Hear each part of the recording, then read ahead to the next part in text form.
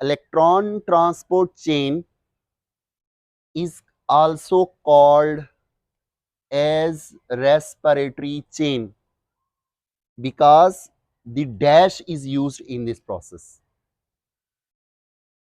Aerobic cellular respiration का जो last step है इलेक्ट्रॉन ट्रांसपोर्ट चेन, जिसको रेस्पिरेटरी चेन भी कहते हैं, इसको रेस्पिरेटरी चेन क्यों कहते हैं?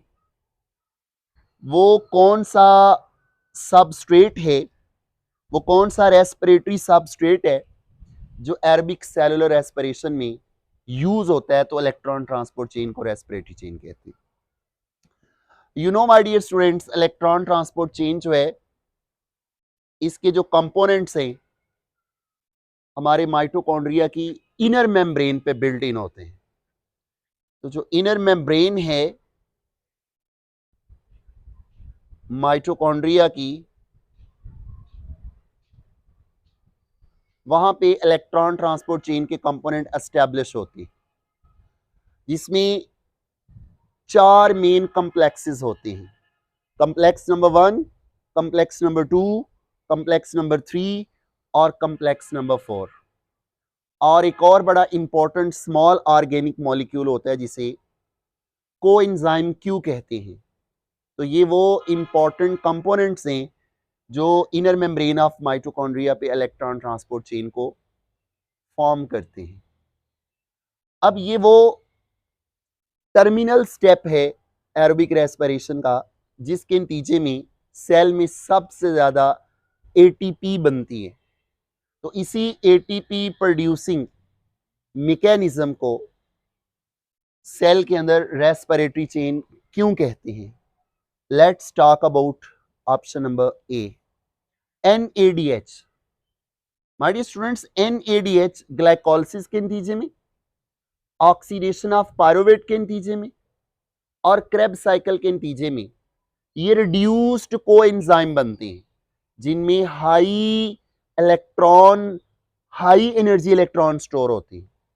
और इन्हीं रेस्पिरेटरी सबस्ट्रेट में से इलेक्ट्रॉन को रिमूव किया जाता है और इस एनर्जी को इलेक्ट्रोकेमिकल ग्रेडियंट डेवलप करने में माइटोकॉन्ड्रिया में प्रोटॉन का यूज किया जाता है।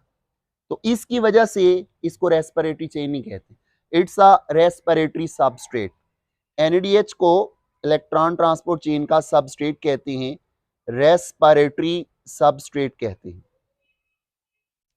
FADH ये भी रिड्यूस्ड कोएंजाइम है, ये फ्लेवन प्रोटीन, इसको भी रेस्पिरेटरी सबस्ट्रेट कहते हैं।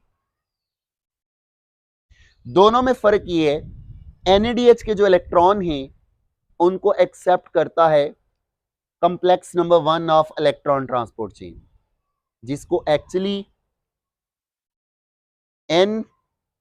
NADH डिहाइड्रोजिनेज कहते हैं।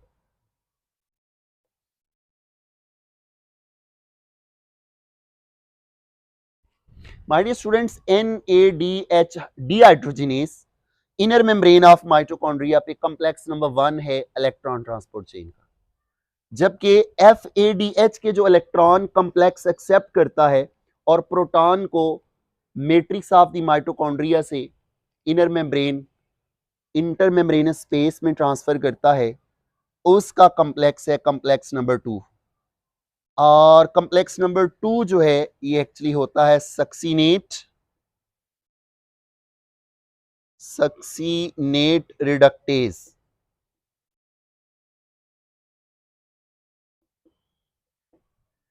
तो सक्सीनेट रिडक्टेज जो है इनर मेम्ब्रेन ऑफ माइटोकॉन्ड्रिया पे, इसे कॉम्प्लेक्स नंबर 2 कहते हैं, जबकि NADH डिहाइड्रोजिनेज को कॉम्प्लेक्स नंबर 1 कहते हैं। ADP वो न्यूक्लियोटाइड है जिसमें फास्फेट को ट्रांसफर करना होता है, इनऑर्गेनिक फास्फेट।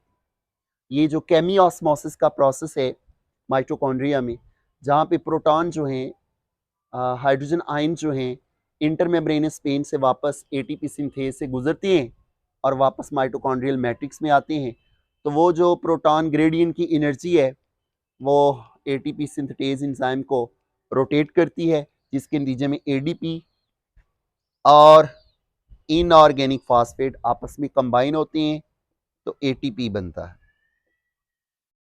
तो एटीपी के बनने की वजह से भी इलेक्ट्रॉन ट्रांसपोर्ट चेन को रेस्पिरेटरी चेन नहीं कहते। एफएडीएच के इलेक्ट्रॉन यूटिलाइज होते हैं इलेक्ट्रॉन ट्रांसपोर्ट चेन में प्रोटॉन ग्रेडियंट को डेवलप करने में, इसकी वजह से भी इसको रेस्पिरेटरी चेन नहीं कहते, और एनएडीएच की वजह से भी इसको रेस्पिरेटरी चेन नहीं कहते। तो एक्चुअली इसको रेस्पिरेटरी चेन जो है ऑक्सीजन की वजह से कहते हैं। माय डियर स्टूडेंट्स, ये है वो स्टेप एरोबिक सेलुलर रेस्पिरेशन का, जिसके नतीजे में एक्चुअली जो ऑक्सीजन हम इनहेल करते हैं वो माइटोकॉन्ड्रिया के इस स्टेप में जाकर यूज होती है। तो चूंकि फाइनल इलेक्ट्रॉन एक्सेप्टर जो है, जो टर्मिनल इलेक्ट्रॉन एक्सेप्टर है, ऑक्सीजन को फाइनल इलेक्ट्रॉन एक्सेप्टर के साथ साथ टर्मिनल इलेक्ट्रॉन एक्सेप्टर भी कहते हैं।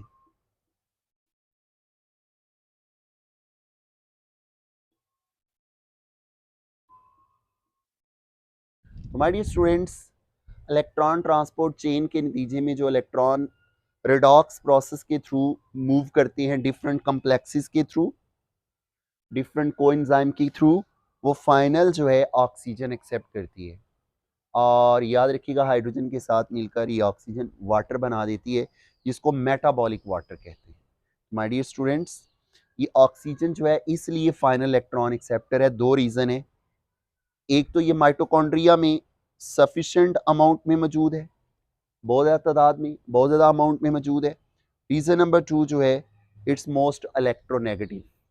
तो वहाँ पे अवेलेबल जो एलिमेंट हैं माइटोकॉन्ड्रिया में, उनमें सबसे मोस्ट इलेक्ट्रोनेगेटिव जो है